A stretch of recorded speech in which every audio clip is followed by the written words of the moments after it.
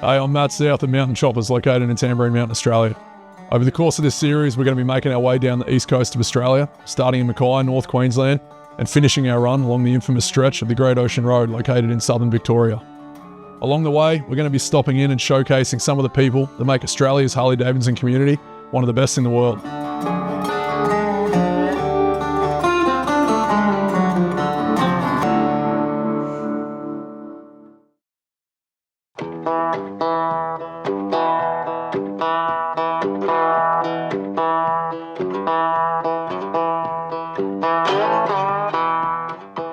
Brado Miller resides where the land meets the horizon in the hills above Lake George, on a horse property just beyond the nation's capital. His attention to detail has him considered as one of Australia's best builders, as well as restorer of vintage Harley-Davidson motorcycle frames. In his downtime, his passion lies with a more traditional sense of horsepower, finding freedom in both the craftsmanship of his work and his connection to these animals and the land. There is a draw of similarity between being on a bike and being on a horse. Absolutely. I think it's a traditionalist approach because a horse was a vehicle at one point in time and then the motorcycle was a saviour for the horse. So people weren't riding around on horses anymore. Same with cars. Yep. Another thing with Harleys too is they haven't changed much from where they started in the early 1900s. They haven't evolved that much really. They're still the same basic machine that they started out with eventually. So they're a very traditional machine. Yep. And that same goes with horses. Mm-hmm. The process with working on a horse or training a horse is exactly the same as it was 120 years ago. Yep. There's a soul that's attached to both of these things, right? Yeah, exactly. It's a hard thing to explain, but the same connection that you can make with an animal, with a horse, when you get on an old bike that's been around for 80 years plus. Yeah, exactly. They almost have their own personality like a horse too, right? It's this hard thing to explain, and I don't think anyone that hasn't gone as far down this rabbit hole would understand it. Yeah. But they do develop, every single bike develops its own personality, right? Yeah, I agree with that. An old Harley is very similar to a horse in a way because you could be working on that bike all day and it decides it's going to break down on you the next day. A horse can wake up in a foul mood and you'd be exactly the same. Yeah. When was the first time then for you that you went from working on your own bike to someone coming to you and being like, hey dude, can you do that for me? So that sort of thing started out with a bit of light fabrication work, even on cafe races still, even though I wasn't really into cafe races, I could still get a bit of an idea on how they needed to look or how they wanted it to look. Yep. That could start from the loop seats and all your basic moving foot controls and just basic cafe racer stuff, which was all light fabrication, not too structural. Yep. Not going to get into trouble for it if it breaks off or whatever. So that's where I started doing jobs for other people. And then I started doing a bit more Harley work on my own bikes. And then for other people who had Harleys that sort of liked the work that I did. Yep.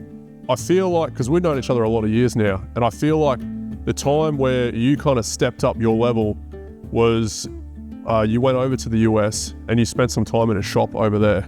Yep, that's correct. So that started from Matt Machine out at Braidwood. Yeah. He was building a bike for Born Free. It was a WLA. He was getting down to the wire for that project to be ready for the show. So he called me in to help him with a bit of behind the scenes stuff. And as payment for helping him out, him and Sophie booked the flights for me to go to Born Free and go to America. Amazing. So that was the first time I'd ever been overseas. To America to go to Born Free, which was pretty exciting. Killer. As I was flying in, I noticed that Evil Spirit Engineering in Burbank were also doing the same rush to get all their bikes ready for Born Free. Mm-hmm. And they put a post on their Instagram page saying, we've got all this stuff to do in a few days. So I said, hey, I'm flying in on Monday. I'll come give you a hand if you'd like.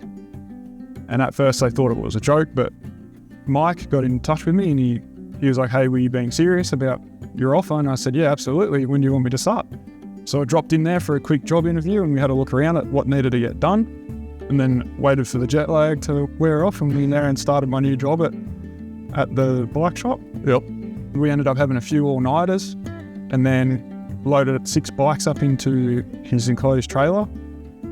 I drove his F-truck from Burbank out to wherever the show is, what is it, Oak Canyon Ranch or something like that? Yeah. Yep. in peak hour Los Angeles traffic with a huge enclosed trailer on it. It's the first time I've ever driven anything in America. Terrifying. So much money in the back of that thing. While we've been awake for the last 72 hours. Yeah. But we got there in the end, set up the booth, and got falling asleep in the grass for a few hours. But that was my first experience. Amazing. What year, what Born Free would that have been? That was Born Free 8. Okay. Yep. Yeah. 2015, 16. Yeah, something like that. Yeah, probably close to 10 years ago now. Yep. Yeah. Amazing. There's an art to creating a stance with a bike. And you can't, sometimes you get lucky and you'll have a frame, especially if it's a modified frame, and you'll find a front end at a swap meet and you put the two together and the stance is right. But more often than not, they're off. Exactly right. Because typically with a frame like this, a front end like this, they're built to suit each other, right? Yeah, exactly right. And that's what you've done here, obviously, because it sits perfect. So most of this bike I drew out on the floor in chalk just to get the rake and the trail correct for the front end, to know exactly how long it needs to be, for the wheel to be sitting in the right place, the stem angle, and all that, so it rides nicely and it's not heavy on the steering. Yep, killer. What are the dimensions of this bike? The dimensions of this bike are a standard panhead geometry in the rear, then it's 2 inches forward in the neck, no up, 45 degrees rake, and the forks are at about 12.5 inches over from stock. Unreal. Now, if someone comes to you, much like I have in the past, they come to you and they say, hey, I've got a frame here, and it can be anything from a brand new V-twin frame that's just turned up and as all hell, which is not uncommon, or it can be a frame from maybe the 30s, 40s, 50s that needs some love. Yeah. You're the guy. Yeah. Talk us through what you do, man. So now from my experience of doing all sorts of fabrication work on other people's bikes, I've sort of focused now on framework. I'm also the most motivated doing framework more than bending up sissy bars and mounting guards and that. The majority of my framework would be hard-tailing shovelhead frames and soft-tail frames, but every now and again you got a few restorations. That would be restoring old drop saddle panhead frames, 50s panhead frames. You get the odd early frame, 1930s, a VL frame or a WA frame. It always varies. All the jobs are always different. There's always something different wrong with them. They've been crashed, they've been modified, but they're always a different challenge. And it's probably the area of the Harley fabrication work that I prefer the most. This is the process of the build that you're most passionate about. Yeah, exactly right. Yeah, awesome. And it doesn't just end with restoration. You'll build a frame from scratch, literally from axle plates and neck castings, right? Yeah. Talk us through that. It could be a genuine style frame that's from scratch, which is just plugging tube into the factory castings. Or it could be a frame from scratch, like a single down tube frame where I machine up the neck, make the axle plates, make the engine mounts, do everything where it's a complete from scratch frame. It can be made out of mild steel tube or it can be chromoly, depending on what customer wants or what it's got to be used for. Do you prefer restoring frames or do you prefer to start from scratch? So it's always nice doing frames from scratch because you're using new material. Restorations are always a bit of a chore because there's a lot of grinding and cutting and filling and grinding that back off and getting it shaped to how the factory had it. Modifying frames is always good, but it's definitely nicer doing frames from scratch. New frames, new steel. Yep. Less problems. Perfect.